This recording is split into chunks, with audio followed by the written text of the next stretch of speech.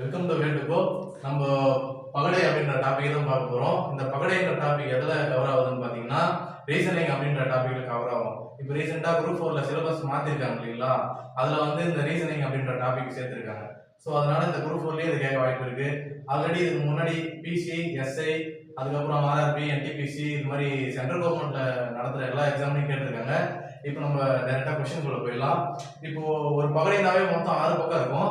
ஆனா நம்மளுக்கு கொடுக்குற பகடையில எப்பவுமே 3 பக்கம் தான் கொடுப்பாங்க. அதுல டிஃப்ரெண்டா எது இருக்கு, இதோட எதிர்பக்கம் எது அப்படின்ற மாதிரி தான் கேட்பாங்க.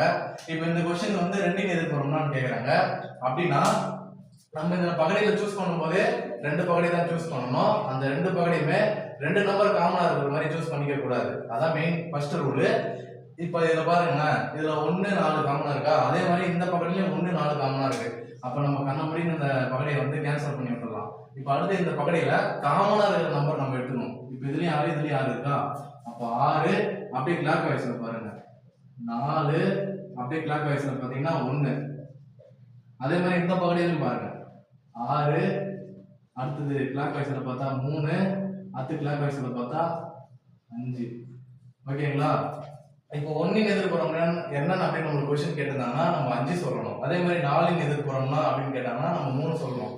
இப்போ நம்மளுக்கு கேட்டது வந்து 2 எதிர்ப்புறம் தான் என்னன்னு கேட்டாங்க. அப்ப 2 எதிர்ப்புறம்னா கேட்டாங்கன்னா கண்டிப்பா அது இது ரெண்டுத்தையும் ஒரே மாதிரி இருக்குன்னா இது கேன்சல் பண்ணிட்டு இது 2 அப்படின்னு சொல்லிட்டு போட்டுக்கலாம். அப்போ 2 எதிர்ப்புறம் அதுதான் ஆன்சர்.